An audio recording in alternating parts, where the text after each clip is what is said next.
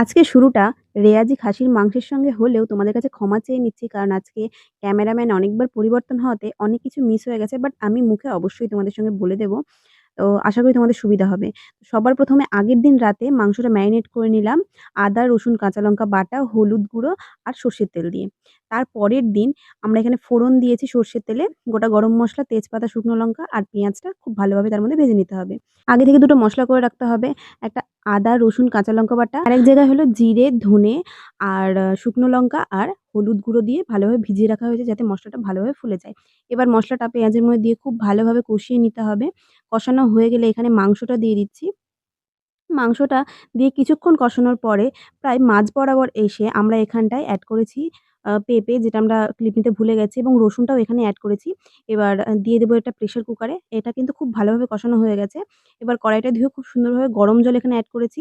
তারপর এখানে দিয়েছি ভাজা আলু, আর তারপর আরো কিছুটা গরম জল, আর এখানে দিয়েছি গরম মসলা। এরপর ২ টো সিটি দিয়ে নিতে হবে। তারপর আলুটা নামিয়ে আরো একটা সিটি দিলেই মাংস একদম রেডি।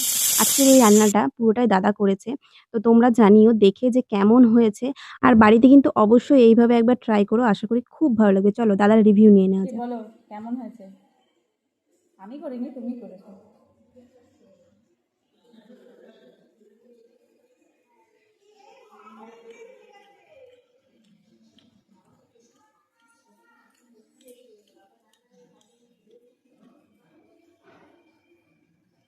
খুব সুন্দর হয়েছে।